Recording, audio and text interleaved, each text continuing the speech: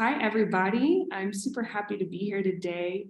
My name is Chelsea Barabas, and I am a PhD candidate based at MIT. And today I hope to share with you some of the action-oriented research I've been doing as part of my PhD dissertation along this topic of public interest technology and really trying to explore what it means to be a public interest technologist that's trying to build worlds that sometimes extend beyond what we can currently imagine. So I'm gonna start by sharing my screen. Let me just make sure I have everything ready.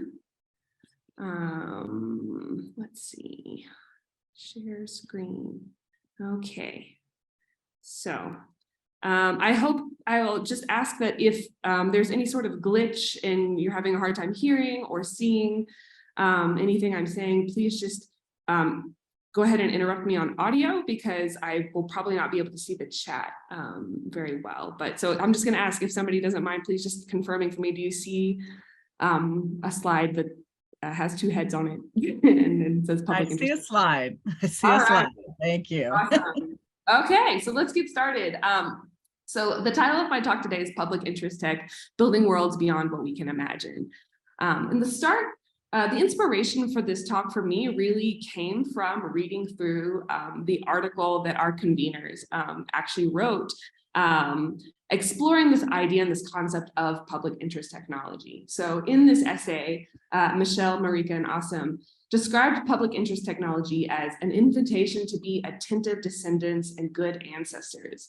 And this sentence really stood out for me because it's something I've been thinking about quite a bit over the last couple of years.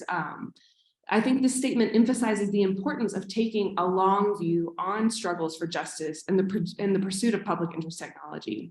And we do that by situating our current work along a historical trajectory that begins long before we got here and will end long after we're gone.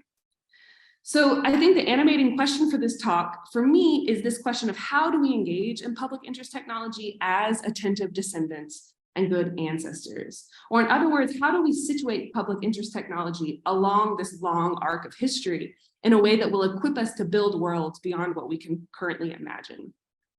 So in this presentation, I want to explore this question by telling you about the work of the Fort Bend ISD Equity Coalition.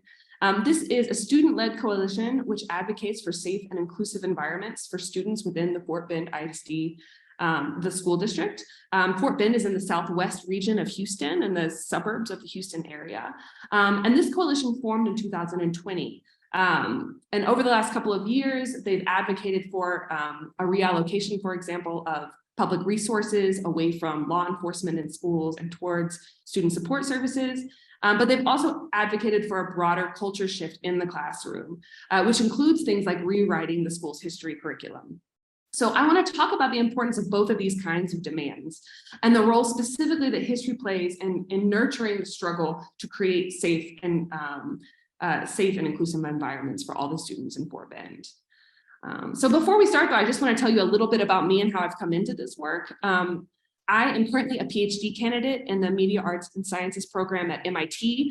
Most of my work is in the realm of social scientists. I consider myself an ethnographer who gets into the field and not only observes, but participates in ongoing social conversations.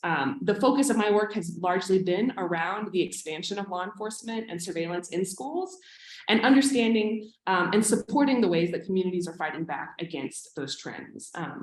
The focus of my work has been primarily in Texas. That's because that's where I'm from, and that's where I've lived for most of the pandemic.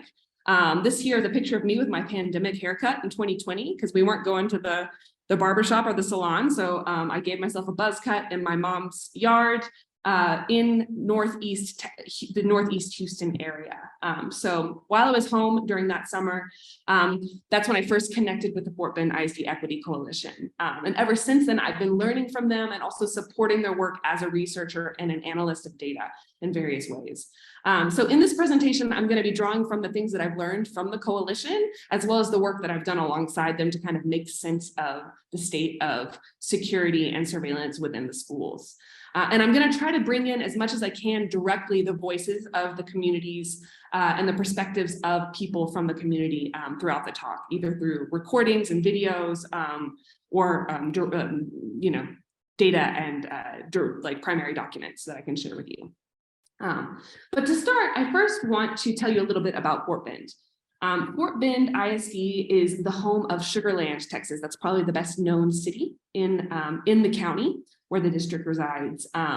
Sugar Land was named for the many sugar plantations that once populated this stretch of Southwest Houston. These days, though, Fort Bend is considered one of the fastest growing suburbs in the country. It's also considered a very highly diverse and very desirable place to live. So what we've seen, especially over the last 20 years or so, is a lot of this agricultural land that used to be wide open spaces is now being turned into high-end residential neighborhoods. And as a result, the school district has really been booming. The mission of Fort Bend ISD, I think, is an interesting one to note and really aspirational. I've got it here. Their mission is to really equip students to pursue futures beyond what they can imagine. And I think that this mission is largely embodied in this particular building that I kind of really want to dig into today. These here are mock-ups for the James Reese Career and Technical Center, which is situated in the Fort Bend School District. The school district bought land to build this building around 2011, in part to keep up with the rapidly growing population in the district. And also because they wanted to build a cutting-edge facility for teaching students skills that they thought would be valuable for promising future careers. One thing that really struck me about this building right off the bat was these mock-ups was how similar the Fort Bend campus looked to things like Google campuses, for example. They've got these open floor plans with a lot of natural light, really colorful furniture, people co-working in open spaces. And to me, I think this embodies in some ways this aspirational vision of combining kind of sort of a Silicon Valley aesthetic to kind of this idea of a future, a bright future and promising, new careers. I also want to point out, though, the kinds of things that are taught here, it might not be things that you might think of as being beyond what we can imagine a future, beyond the status quo. It's things like oil and gas production, diesel mechanics, law enforcement. So I think it's an interesting place where we're bringing together, kind of some high Silicon Valley tech kind of aesthetics, along with kind of maybe what we might consider actually more traditional or old school careers. So in 2018, the school district broke ground on the construction site for the James Reese Technical Center. And as they were doing this in the early days, they discovered actually what turned out to be a mass grave site of 95 individuals who had died and been buried on this land. And through some forensic testing and anthropological analysis, we were able to confirm that on this land where the school district eventually did build a building that you can see on the right, there were 95 African-American boys and men who had been buried during about over 100 years ago during the convict labor leasing era of Texas history. As I mentioned before, historically, this area has been a major region for the production of sugarcane, which is a notoriously labor-intensive crop. So there are a lot of health hazards, things like yellow fever, snakes and insects, extreme heat, that make it really tough to actually harvest this crop without actually having a captive labor force. This wasn't a problem for a long time during the antebellum period, but after the Civil War, the owners of these plantations had to find some other way of recapturing their labor force. And so that's when convict leasing came in. And I will actually want to hop over and just have another person explain to you what exactly that is. This is Sam Collins. Sam Collins is a local historian and activist who's been very active in talking about the memorialization of the Sugar Land 95. So we're just going to hear from him real quick. The thing about convict leasing, it was worse than slavery, because during slavery, as bad as it sounds, the enslaved individuals were an investment for the slave owner. Therefore, the slave owner did not want to kill or destroy their investment. Under the convict leasing, they worked individuals to death, because if those convicts died, then the state just sent replacement convicts. We're at the African American Monument on the Capitol grounds in Austin, Texas. Behind me, you can see the convict leasing symbol in the monument. Individuals were picked up for vagrancy laws or violations of many black codes that were created once they were put on these prison forms or old plantations because the manual labor was needed to plant and harvest the crops. And many companies would lease out from the state convicts, but it wasn't just convicts. Primarily, they were targeting Negroes. There in Sugar Land, Fort Bend ISD, where I was building a new school, and they happened to discover 95 remains, 94 men and 1 woman. And these individuals were part of the convict leasing system from the early 1870s up through 1912. These individuals ranged in various ages from 14 to 70. So this convict leasing system also re-enslaved children. I think there are some records of individuals as young as 8 or 9 years old. We are on the... All right, so I just wanted to get that brief explanation from Mr. Collins before hopping back to our PowerPoint. All right. So I think as Mr. Collins kind of breaks down for us, am I still, there we go. Convict labor leasing in particular is really interesting to look at because it really represents this innovation in racist market logics where we were in, through criminalization of Black men and boys, we were able to reconstitute a captive labor force that was able to pursue the plantation economies that had been in place before the Civil War. And I think this is really important because to think about in terms of how key this idea of criminalization was to that recapturing, right? So young boys and men were charged with things like vagrancy, which basically meant, walking around without some sort of proof of employment, which usually meant some sort of signed slip by a white landowner. They would be charged with things like speaking too loudly in the presence of white women and then be fined. If they were unable to be to fill that fine, then they were conscripted into convict labor. As Mr. Collins mentioned, in many ways, convict labor leasing was considered more brutal than enslavement in the antebellum time. So, over a few decades, eventually it did become outlawed. But I think a key thing to understand, particularly when we're looking at this piece of land on which Fort Bend was building this school, just because now convict leasing also eventually got outlawed, didn't mean that the plantation work ended. Actually, what happened is that the owners of Imperial Sugar Company sold their plantation to the state, and Imperial Sugar Company became Imperial State Prison Firm. And I'm going into this kind of detailed history of this particular parcel of land because I think it's actually really important. It's a really illustrative way to emphasize the ways that the racial landscape where the James Reese Technical Center is being built has changed remarkably little over the past century and a half, even as the laws and the social norms have changed over time. And I think this exemplifies the ways that racist systems can be innovative and adapt over time through processes like criminalization in order to justify the exclusion and capture and exploitation of Black populations. For many students within Fort Bend ISD, the discovery of the Sugar Land 95 was actually the first time that they were ever learning about the foundational role that convict labor leasing had played in the formation of their town. And it opened up a whole new set of debates around how the community should memorialize this history, but also how relevant this history was to present day issues. And that's really where I came into kind of studying Fort Bend as a school district and some of their policing practices. I wanted to understand or try to understand, how does Fort Bend fit into this history? Do we see it as a departure from the past or a continuation of history moving into the present? City officials and school officials were pretty quick to try to distance themselves from this history. So for example, I've got a quote here from the city manager of Sugar Land, Texas, who really tried to say, listen, we know convict leasing happened on this land, but like our history as a city really begins about 50 years ago when we incorporated. Sure, Imperial Sugar Company was a really important, company for our town. We're even called Sugar Land, but we would have become a town anyway. I think similarly, developers, they'll nod to some of the roots around convict labor leasing, plantation economics through signs like this one I took out of my car window that features the Imperial logo and says "Living the Sweet Life" in pointing to model homes that are being built in the area.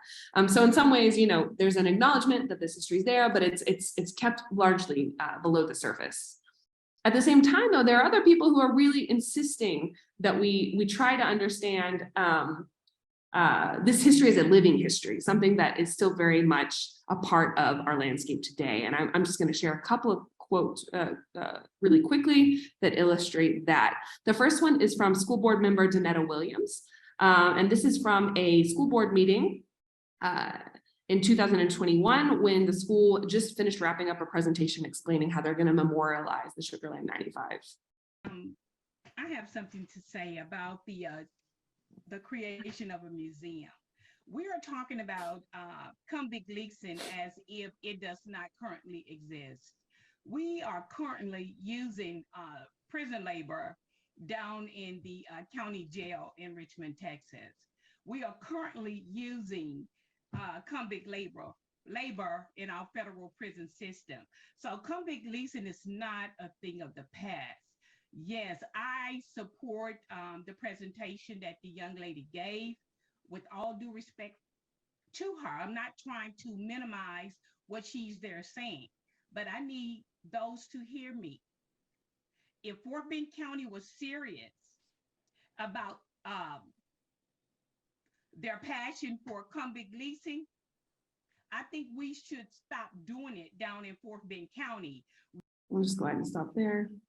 And then the other one I want to just quickly share you is from a town hall meeting that was organized in 2020. That the same global system of racism and white supremacy that put its knee on the neck of George Floyd is the same system that tortured our ancestors 100 years ago. It is the same system.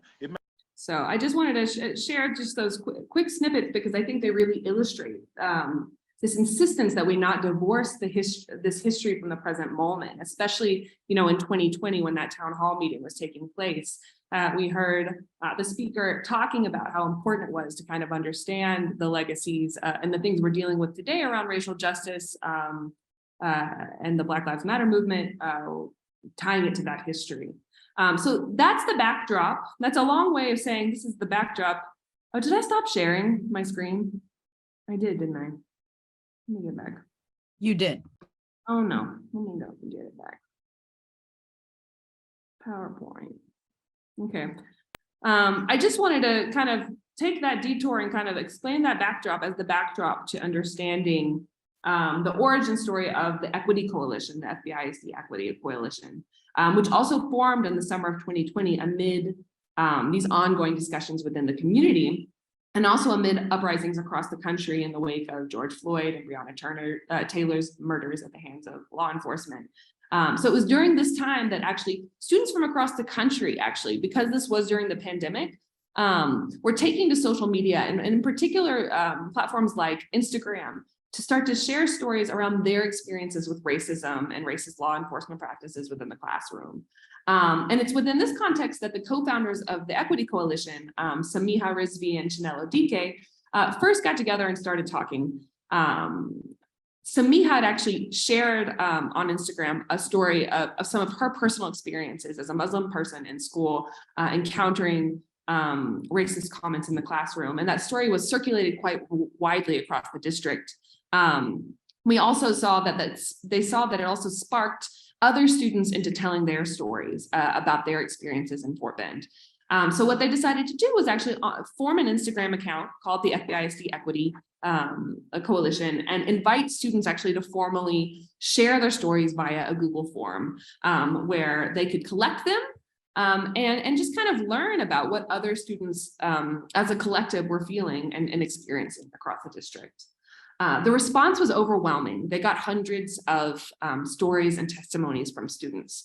And what they decided to do after reading through them very carefully was they decided what they wanted to do was develop a set of demands for the district, demands that were specifically aimed at addressing some of the experiences that students had shared with them. So in this letter, they said, though Fort Bend ISD is exceptionally diverse, racism runs rampant among students, faculty, and staff. And they actually cite throughout the document a number of examples of the ways that students have had to navigate racism on their campuses. They then go on to develop 5 pretty high-level demands that they want the district to adopt. And under each of those demands, there are specific policy recommendations for things that they could do to improve the state of learning for students across the district. Many of those demands were also tied, again, to specific testimonies and stories that students shared. So for example, they asked that the district require faculty, staff, and district leaders to undergo cultural competency and anti-racism training. And a part of this was a part of an effort to minimize students' exposure to pejorative and insensitive language and beliefs, particularly on the part of authority figures like teachers and administrators within their schools. And you know, they cited examples of students telling stories, for example, of you know, Muslim students being called terrorists in class. And then when, you know, those incidents were reported to administrators, it was kind of brushed off as like, oh, I think the teacher was just joking. Like, we don't have to take this so seriously. They also really pushed for an integration of and a centering of African-American history in the district's history curriculums. And they highlighted the fact that many students had attested to how shocked and disconcerted they were to find out about the history of the Sugarland 95. And then the fact that it had played such a core role in their local history, and they learned very little about it in school. On top of that, they highlighted a number of student testimonies, you know, in which, you know, particularly students of color had to navigate really demeaning and inappropriate classroom like activities and discussions, particularly around the subject of slavery in the United States. And so they wanted that to change. And then finally, the last demand that the district, that the coalition put together was a demand around re-examining the relationship of the school police on school campuses. In this demand, they really tried to emphasize that in the district, spending on things like security and monitoring, and that's going to include things like surveillance systems, monitoring systems of student activities, the spending for those things far outpaced the spending on things like student support services and social work. So they called for you know, a rethinking of and a reallocation of funds away from things like security and monitoring and towards things like social work. And I just want to note here, like how careful some of the language is here. Like the very high level demand isn't about defunding the police or dismantling the police. It's re-examining the relationship with the police. And I wasn't yet connected to the coalition when they actually formed these demands, but in the subsequent months and years since I've talked to them about this and kind of debriefed around this process of making the demands, they told me that the leadership has told me that, you know, demand number 5 around the police was actually the demand that they had the most internal debate on, the most dialogue amongst the coalition members around what do we actually really want here. So on the one hand, there were students who said, listen, police in schools make me feel like I'm in a prison or a jail. It makes me feel less safe, not more safe. But then there were other students who were saying, listen, I think there's a role for police on campus. I think that might be necessary, especially in this era of mass shootings that we're living in. And I just want to dash over one more to another clip really quick that I think illustrates some of the complexity of this conversation amongst the student population. So I'm going to share with you a video clip that was distributed by the district in 2018, just a couple of weeks after the Parkland high school shooting in February. This in the middle here is Dr. Dupree, who was the superintendent of Fort Bend at the time, and he'd convened a set of middle schoolers and asked them what they think the district needs to do in order to keep them safe. I invited 4 middle school students to sit with me to have a conversation about school safety, how they feel about what's going on, and things we can do to help them feel more safe and secure at school. So here's the question. What do you need from the adults, from me as a superintendent, to help you feel more safe at school? How can you advocate or speak up for these needs? So I think like more police officers should be there, not only for the reason of like patrolling, but for the reasons for whoever wants to like be foolish and come into the school should know that the school is well guarded. I can say that more people are like scared of what's going on lately, and they just need somebody to talk to, just like not just like teachers coming up to them and talking to the kids, not just like as teachers, like as real people, because I know from experience that a lot of people are actually scared, and now they don't know who to trust, and some people don't even go to school anymore because they're scared of what's going to happen. Well, I know that to like talk to the counselor or someone, there's like, there is a bit of wait time, which, I mean, that's expected, but I do agree that there should be something that like kind of allows you to talk more, because what if you like hear something and then, you put in something with the counselor, but it's not like quick enough or something, or maybe you don't trust them or something, like you want more people to talk to. Mm-hmm. So I think that this clip is really interesting because it captures this complexity of and kind of competing, desires and emotions that are kind of caught up in this conversation. On the one hand, the conversation is kicked off by, a call for more police on campuses. And I think we can really understand that desire in the context of the second young lady who speaks and talking about this pervasive fear that students feel now in the wake of school shootings like Parkland. This desire not even to want to come to school anymore. At the same time, though, the last speaker tries to emphasize, things that like it's important that we have students have people that they trust, that they can talk to, and that sometimes the people who we might think of as the people we could go to for that aren't as available as we might need in situations where like a crisis, something like that. So I wanted to, what I really want to do is there we go. Okay, we are in the PowerPoint. I wanted to share that because I think it captures that range of views and some of the tensions that come up in this conversation with students around the role of law enforcement. I think we shouldn't be surprised to see that increased law enforcement is something that is put on the table right off the bat, especially when we understand that that Fort Bend as a district is really heavily invested in law enforcement. Not only have they had their own police department since the 1990s, but they have spent lots of money and time investing in creating a pipeline of kids who aspire to actually go into law enforcement. So here we've got, just to illustrate that, I've got a poster from the James Reese Career and Technical Center advertising their Public Safety Day in 2020. This is a day when students who are enrolled in the law enforcement course get to do a show and tell with a variety of different law enforcement agencies, ranging from the local sheriff and constable to the Department of Homeland Security, the FBI, the Secret Service. And those agencies are coming and they're, doing demos like drone demos and helicopter. They're showing off their canine units and things like that.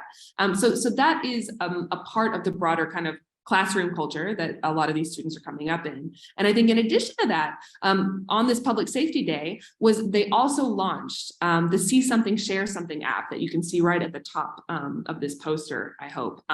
This is an app that's been rolled out across the state of Texas, and it's run by local police departments as a way of reporting suspicious activities that then will be investigated by a district or a school level threat assessment team.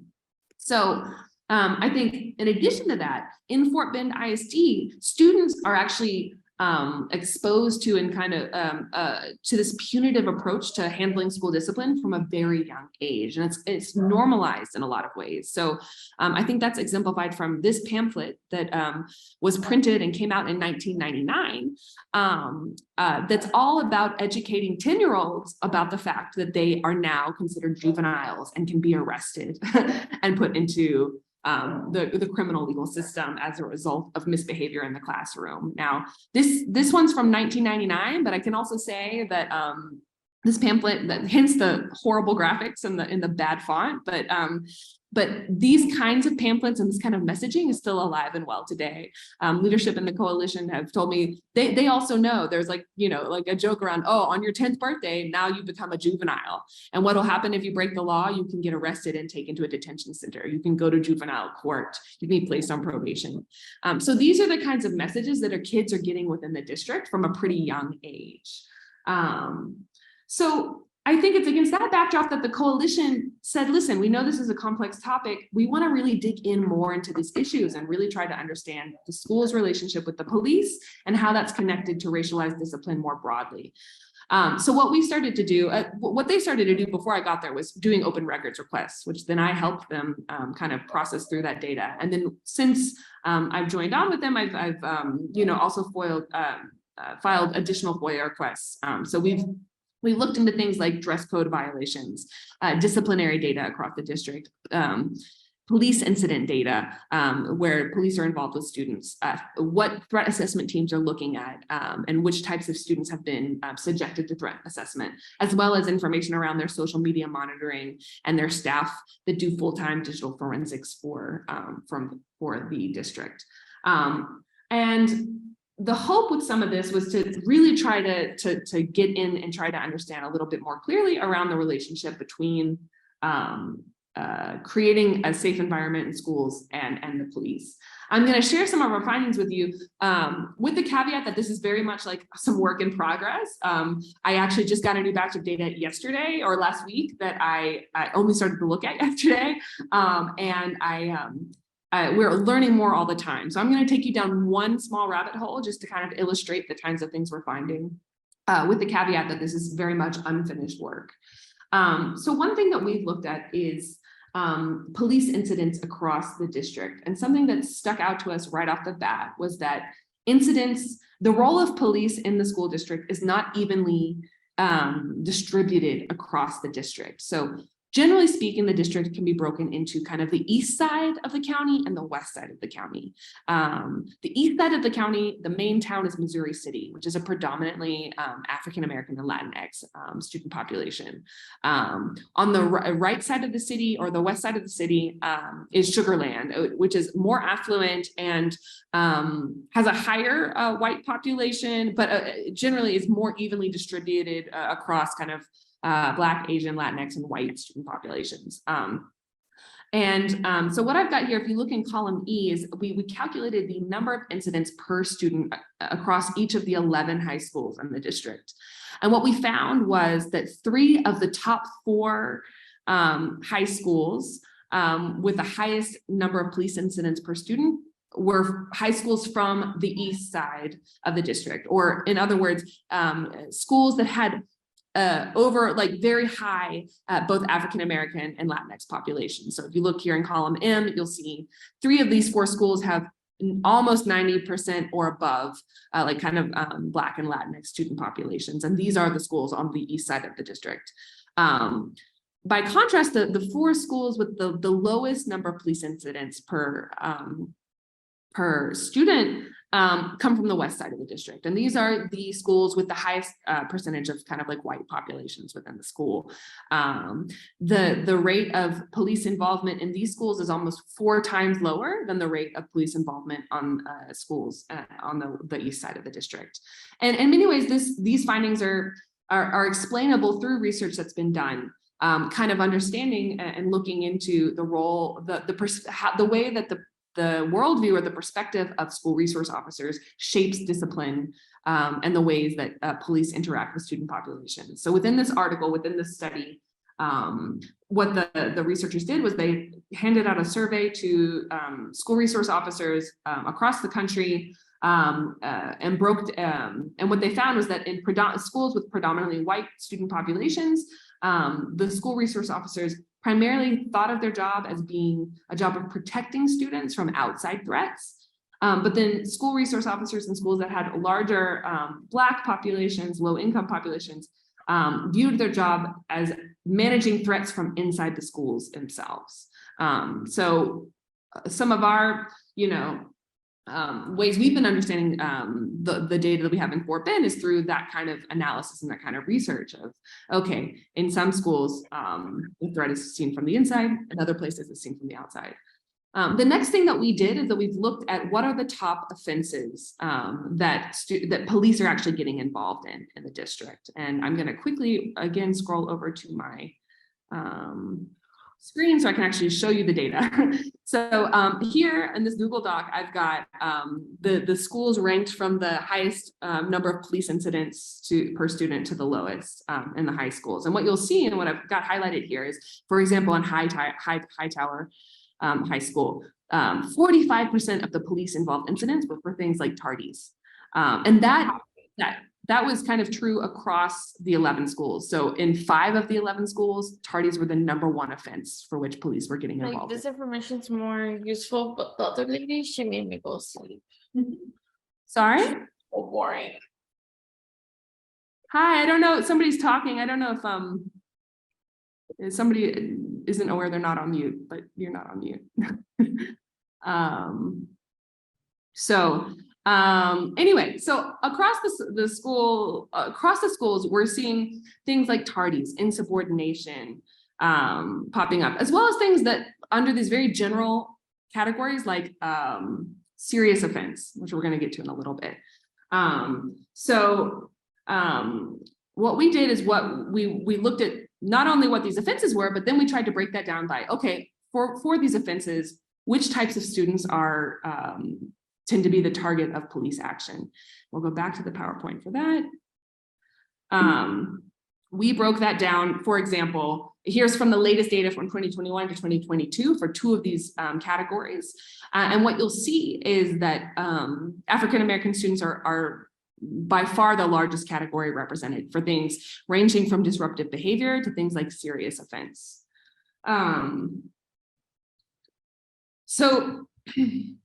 This small team of us within kind of the coalition and myself who've been trying to go through this stuff, we've been kind of trying to debrief and say, well, okay, we see these disparities. We see that, okay, it's largely African-American kids followed by, Latinx kids who are being targeted for police interaction for these types of offenses. But what are these disparities in and of themselves condemning of police in schools?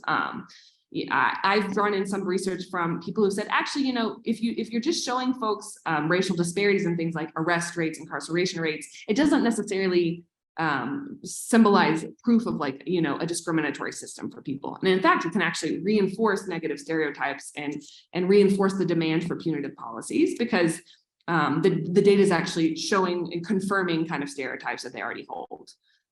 So what we've done is then we tried to think, okay, categorically, if we can't just point to these racial disparities in these police involvement, can we just look at some of these and say, draw a line on what we think is absolutely not acceptable for police to be involved?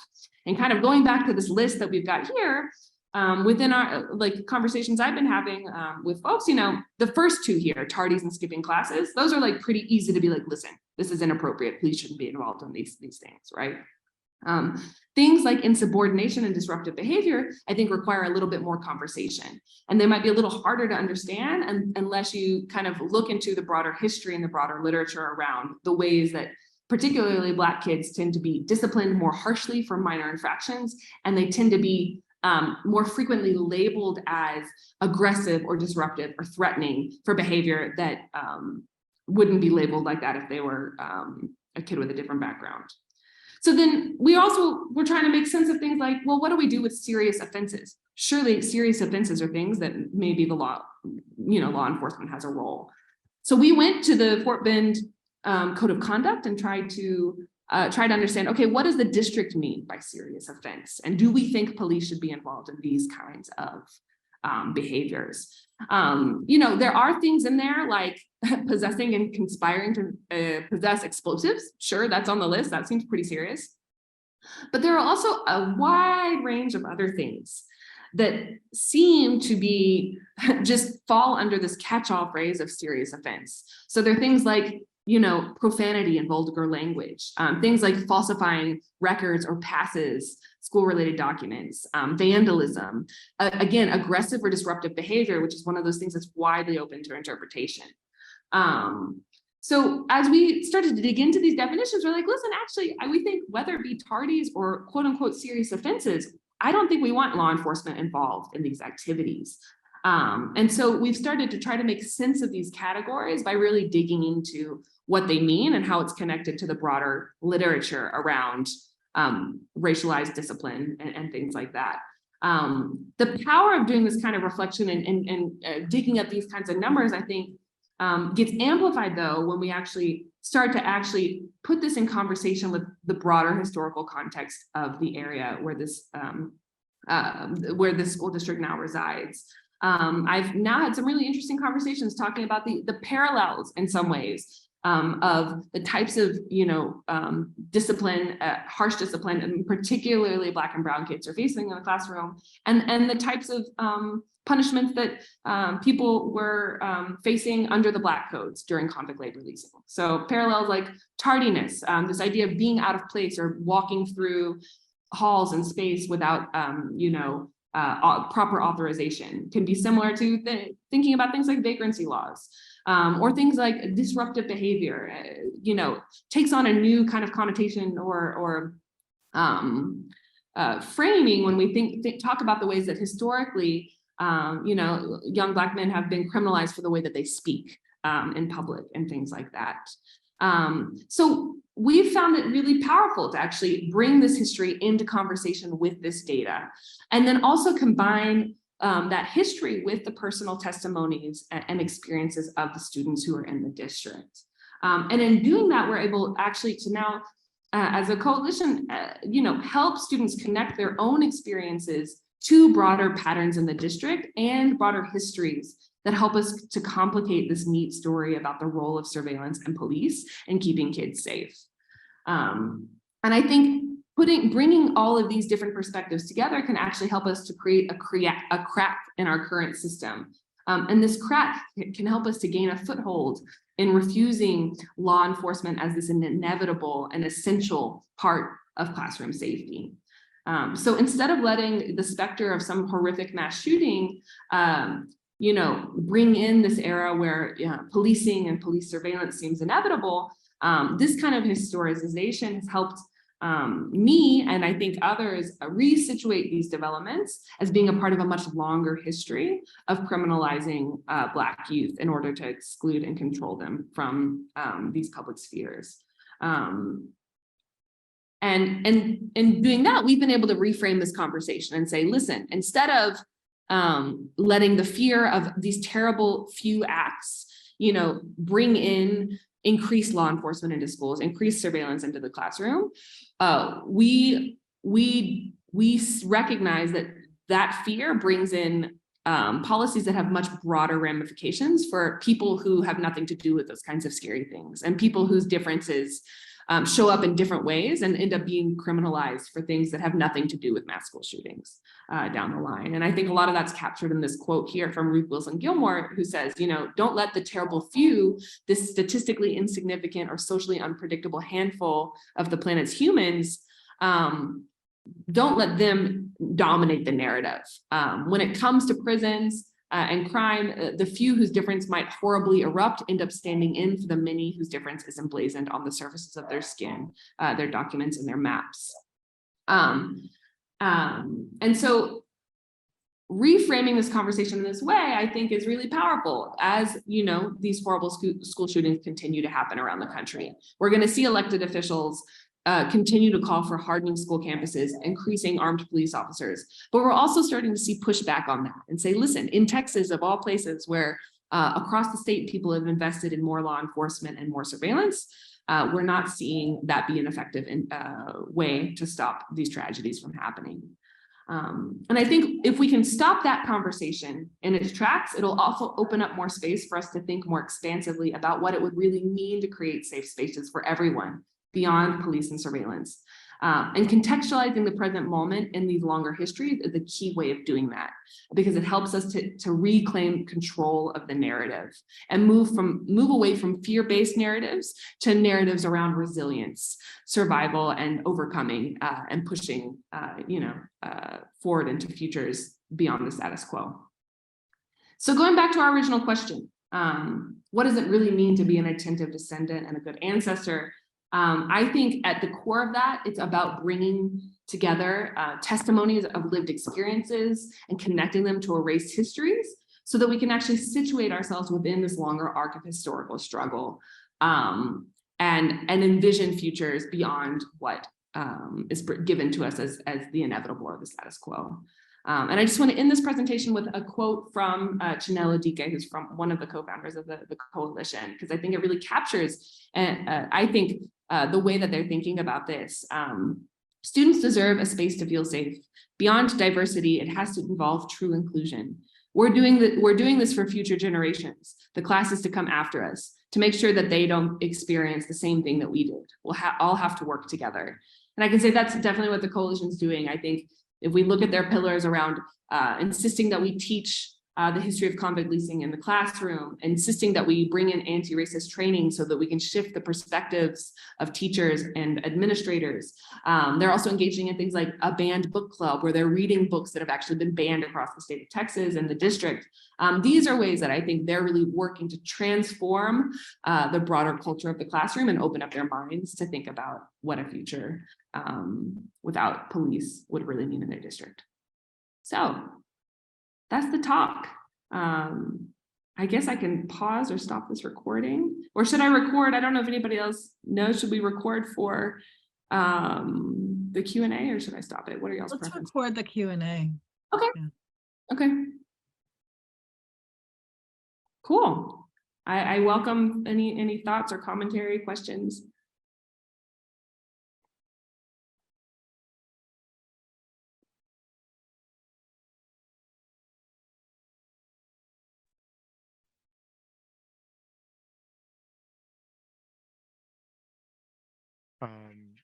Chelsea, I just want to say thanks. And I'm having issues with Zoom. I've been having them all day. It's going in and out for me. But I want to say thanks for framing this up from a historical context and framing the question that we're seeking to answer, and about being a guardian or a steward for what is possible in the future. But we have to honor what has been present in our history. And just from the work and getting involved, I think for me, no commentary, unless that you call that commentary. My question is, how do you sustain the momentum in the climate where giving voice has now actually been labeled as woke or whatever? How do you continue as if oppression is somehow asleep? How do you juxtaposition the narrative in order to get beyond the rhetoric to actually create resilient communities and models of resiliency? Any tips, any things that we can learn from and carry forward? Well, I mean, I think the Equity Coalition, I really admire them because, they've really done a lot of work doing face-to-face time with school officials over these last few years, the school board administrations. And I do think that is really, it can be really tiring and exhausting because sometimes it feels like you're just yelling into a void. But for me, I think a lot of the work of the coalition has been these internal conversations and like these us making sense of things as we go, right? Like and leaning into the complexity of mixed desires, right? Like of wanting to feel safe in school and not really knowing how to unpack or critically engage with the proposals that are put on the table by the district to increase law enforcement and stuff like that. So I guess, and just in terms of sustaining conversations, the most inspiring ones for me have been the ones where we've been just trying to make sense of this data and then like drawing these parallels in the moment. The Equity Coalition has done quite a bit of work also, though, in raising awareness around, active censorship and circumscription of history within the classroom. Texas, along with states like Florida and things like that, have been very active in, trying to demonize, history that centers kind of conversations, realist conversations around race and the role of racial domination in the history of the United States. So they've done various campaigns around, awareness of like different laws and bills that the state legislature has been trying to pass around, not teaching quote unquote woke curriculum and things like that. They host phone banks and various types of direct action types of things to try to directly, curtail those efforts to censor classroom conversations. But beyond the classroom, I think those conversations amongst the coalition members themselves is really important and inspiring. I hope that answers your question. Yes, it does. Thank you.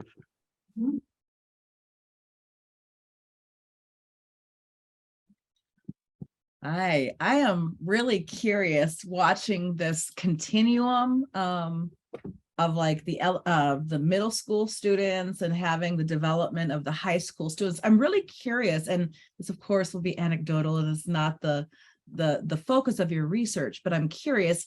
In our work in the Twin Cities around removing police from schools, our young people got it. Those that were working and advocating against it, at the same time, their parents were still in support. I'm curious, can you speak to what you've observed in the relationship of the parents with the students that have been doing this work?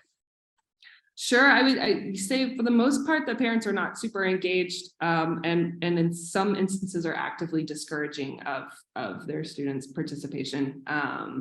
Many of the students are, bright young students with promising careers, and their parents don't want them to, make waves and mess up those recommendations and things like that. And those are just, from offhand comments that I've heard folks in the leadership team mention. So I think there's definitely a tension there. And I think some of that tension also comes from,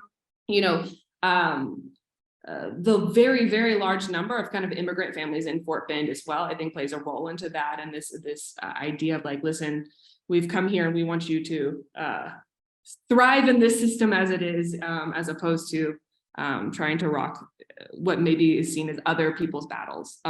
So that's definitely a dynamic. There are adults that are working and very outspoken around, particularly the things around the Sugarland 95. There have also been adults that have partnered with the coalition to talk about different disparities in the way the district has invested different resources and, the east versus the west side of the district and things like that. There has been less, though, I think, adult conversations around law enforcement and school security, though. I think, that's the state of that at this point in time.